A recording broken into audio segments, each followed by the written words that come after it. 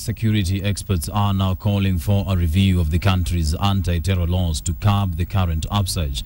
The analysts are worried that the Prevention of Terrorism Act 2012, for instance, allows for bail for terror suspects. And as Rita Tinina reports, the judiciary itself is also on the spot. With the ever-increasing threat of terror, the perfect formula to deal with the country's biggest security challenge has remained elusive. The executive is now turning the heat on the judiciary. We call on our judiciary to be a strong partner in the war against terror. But experts argue the debate on the judiciary and the fight against terror should begin with legislation. 2012, whatever we legislated has quickly been overtaken by time. Terrorism changes face quickly, and so our laws must be made to change quickly.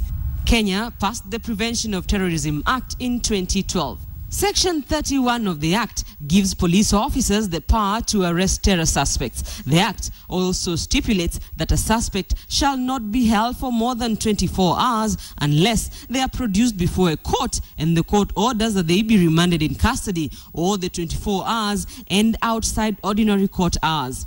But it is the provision of bail to suspects that is of concern to experts. So we can arrest anyone, genuine or not, rush them to court, their lawyer shows up, proves why they must be allowed to be out on bail.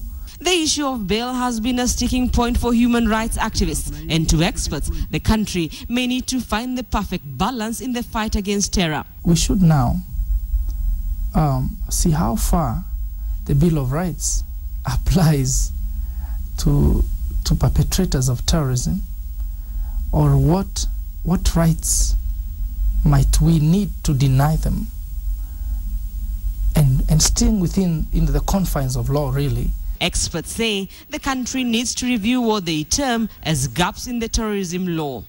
It's a capital offense for you to commit armed robbery, but terrorism, that we know is worse than armed robbery, is still not a capital offense. With a spotlight on the judiciary, Mbijiwe says the third arm of government needs a strong law to work with.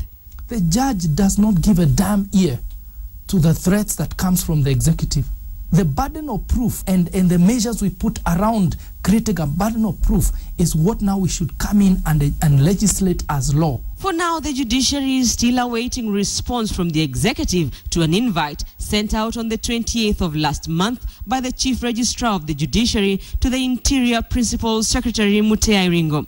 They were calling for a meeting with the National Security Council, with the exception of the President and Deputy President, to discuss the challenges on national security. Rita Tinina, KTN.